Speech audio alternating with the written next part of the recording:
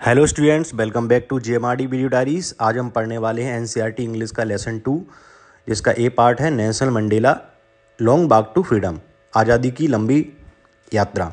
Nelson Mandela a long walk to freedom, ये कहानी Nelson Mandela जी ने खुद लिखी है, मतलब ये उनकी ऑटोबायोग्राफी है। अफ्रीका पर वाइट लोगों का शासन काफ़ी लंबे समय से था, इसीलिए उन्होंने अपने देश में अपार्थाइड सिस्टम को लागू कर रखा था। बेटा, अपार्थाइड का मतलब होता है रंग भेद।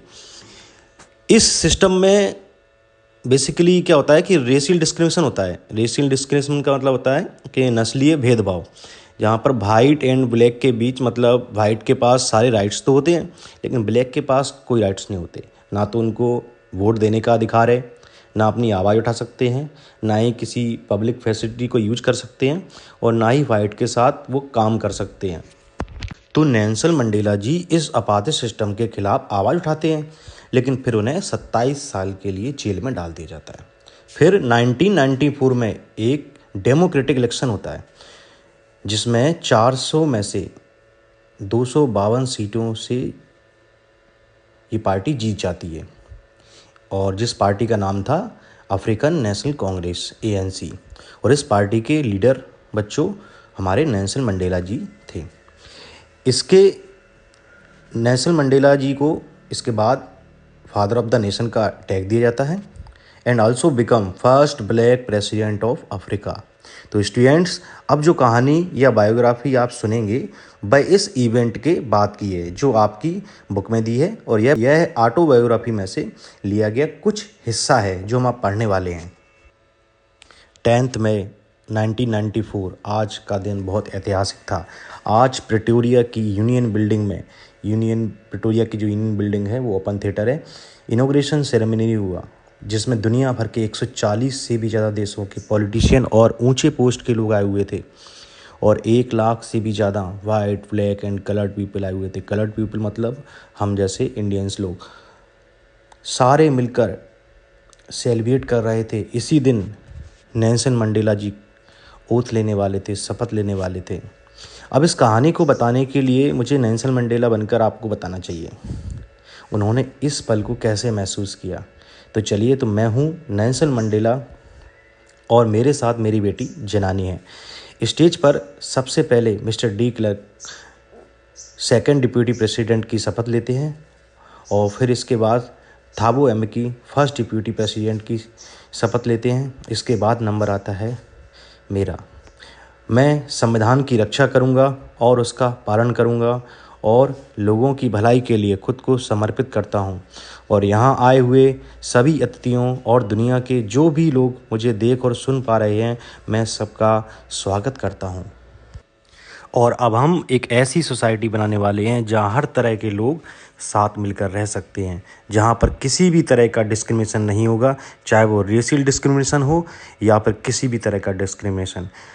एक वक्त था जब हमारी कंट्री में रंग भेद, अपार्थाइड सिस्टम चल रहा था, जिसके कारण दुनिया में बहुत सारे देशों ने हमसे रिश्ता तोड़ लिया था। लेकिन आज मुझे विशेष अधिकार मिला है कि अफ्रीका को दुनिया के सामने होस्ट कर पा रहा हूँ। मैं फिर से अपने सभी देशवासियों और हमारे मेहमानों को धन्यवाद देता हूँ, क्योंकि ये जीत सभी की है। आखिरकार हमने वो पॉलिटिकल पावर हासिल कर ली है जिससे मैं ये शपथ ले सकता हूँ कि लोगों की गरीबी, लिंग भेद और जो भी तरह के भेदभाव उनके साथ होते हैं वो अब यहाँ कभी नहीं होंगे, और मैं अपने लोगों को सभी चीज़ों से बचा पाऊँगा।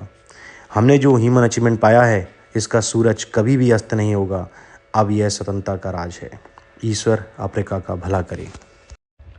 इसके बाद सभी लोग अपनी नज़रें आश्चर्य से ऊपर करते हैं, क्योंकि वहाँ दक्षिण अफ्रीकी जेट हेलीकॉप्टरों द्वारा सुंदर अभूतपूर्व दृश्य दिखाई दे रहा था, जो यूनियन बिल्डिंग के ऊपर उड़ रहे थे। ये सिर्फ सैनिक शक्ति का प्रदर्शन नहीं था, ये नई सरकार के प्रति उनके प्रजातंत्र के लिए सैनिकों की वफादारी थी, जो कि स्वतंत्र व निष्पक्ष रूप से चुनी गई थी। इससे पहले सेना के उच्चतम जनरल व पुलिस, जिनकी छाती पर बड़े बड़े तमगे लगे रहते हैं, जो अधिकारी लेवल के रहते हैं, उन्होंने नेल्सन मंडेला जी को सलाम किया, सल्यूट किया और अपनी वफादारी की शपथ ली। कहते हैं कि मुझे याद है, नेल्सन मंडेला जी कहते हैं कि मुझे याद है कि जब कुछ साल पहले मुझे सलाम भी नहीं करते थे, बल्कि मुझे जेल में डाल दिया करते थे। हम देखते हैं कि आसमान में जेट सुंदर हरे नीले लाल रंग के धुएं उड़ाते हैं और दक्षिण अफ्रीका का झंडा बनाते हैं। क्या दृश्य रहा होगा वो। उस दिन 2 नेशनल एंथम गाए जाते हैं। पहला नकोसी सिकलल वाइट लोगों के लिए और ब्लैक्स के लिए डाई स्टैंड। हमें यहाँ ये पता चलता है कि ब्लैक लोगों को तो अपना नेशनल एंथम ढंग से याद ही नहीं है। मतलब इतने सालों से जो ब्लैक्स के ऊपर डिस्क्रिमिनेशन हुए थे, अत्याचार हुए थे, इसके कारण ब्लैक लोग अपना नेशनल एंथम भूल चुके थे। लेकिन नेल्सन मंडेला जी जानते थे कि जल्दी सभी लोगों को ये सारे वर्ड्स दिल से याद होंगे। 20वीं सेंचुरी के फर्स्ट डेकेड में, जब नेल्सन मंडेला जी का जन्म भी नहीं हुआ था, तब एंग्लो वॉर हुआ था, जिस वॉर के बाद अपार्टheid सिस्टम को लागू कर दिया था।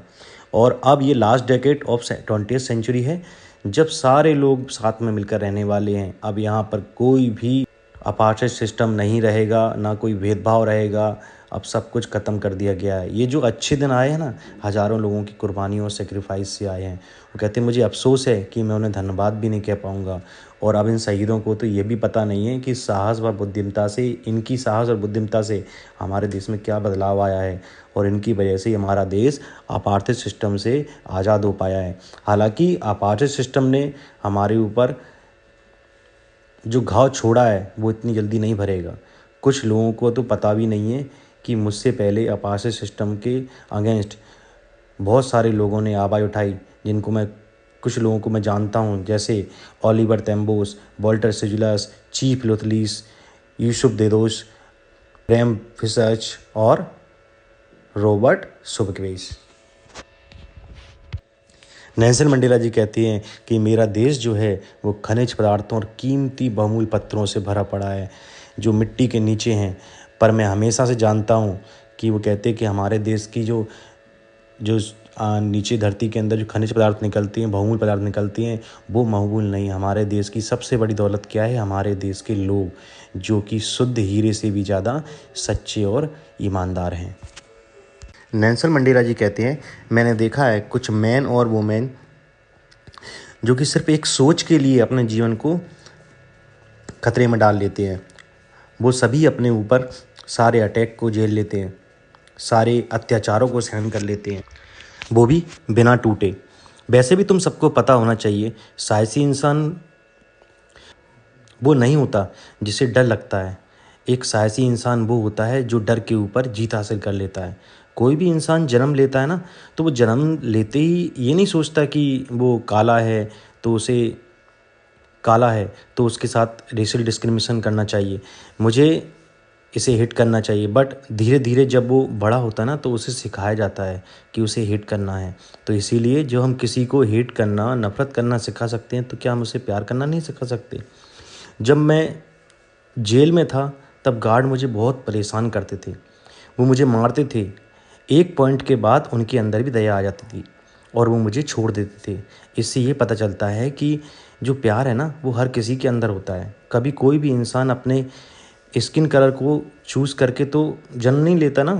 कोई भी इंसान ये नहीं सोच रखता कि वो पैदा होगा तो गोरा होगा या गोरा होना चाहिए उसे। वो भगवान के हाथ में है कि गोरा होना है या काला होना है, तो भगवान के ऊपर निर्भर करता है।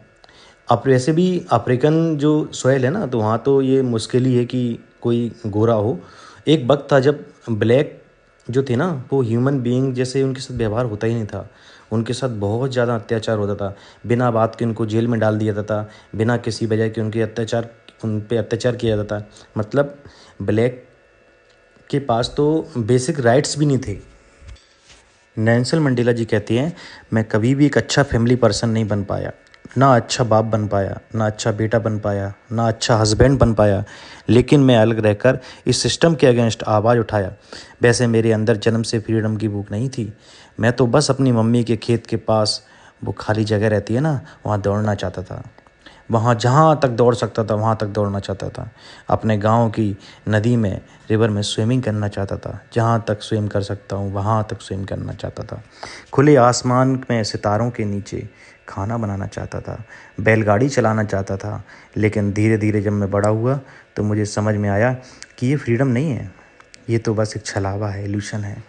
फिर धीरे धीरे जब मैं बड़ा हुआ तो एक स्टूडेंट था, बस अपनी आज़ादी के लिए सोच रहा था। लेकिन फिर वैसे ही मैंने अपने आसपास देखा लोगों को, ब्लैक लोगों को सफ़र करते हुए, उन पर अत्याचारों को देखा, तो मुझे समझ आया कि इनके लिए मुझे लड़ना होगा। मुझे इनकी और अपनी फ्रीडम के साथ सेल्फ रिस्पेक्ट भी वापस लानी होगी, मतलब कि छीनना पड़ेगी। जल्दी ही मेरी शादी हो गई। एक अच्छा हस्बैंड बनने की कोशिश किया, लेकिन जब भी मैं अपने आसपास देखता था तो मैं देखता था कि मेरे भाई, मेरे बहन, मेरे आसपास जो भी लोग हैं वो खुश नहीं थे। कोई भी उनकी अपनी आज़ादी नहीं थी। इसलिए मैंने ANC ज्वाइन किया, अफ्रीकन नेशनल कांग्रेस, और अपार्थाइड के अगेंस्ट आवाज़ उठाई। लेकिन मुझे क्रिमिनल साबित कर दिया। क्रिमिनल साबित करने के बाद मुझे जेल में डाल दिया और इसके बाद 27 साल मैंने जेल में बिताई और वहीं से अपनी लड़ाई लड़ी। इसके बाद नेल्सन मंडेला अफ्रीका के फर्स्ट ब्लैक प्रेसिडेंट बनते हैं और वो चाहते तो वाइट्स के साथ भी वैसा ही करते बच्चों, जैसा वाइट्स ने ब्लैक के साथ किया। लेकिन नेल्सन मंडेला को पता था कि फ्रीडम हर किसी के लिए एक होती है और वो अफ्रीका को फ्री तभी बुला सकते थे जब सभी लोगों के साथ अच्छे से रहें, सभी लोग एक साथ अच्छे से रहें, मतलब कि किसी के साथ भी कोई भेदभाव ना हो। तो यही थी कहानी नेल्सन मंडेला की और अफ्रीका की, a long walk to freedom. और आपको ये चैप्टर बच्चों जो आपको लगता था कि थोड़ा इजी नहीं है, अब हो गया ना इजी। आई होप सभी को ये चैप्टर अच्छे से समझ में आया होगा। तो मिलते हैं नेक्स्ट वीडियो में इसके क्वेश्चन आंसर के साथ। चैनल को सब्सक्राइब करना ना भूलें।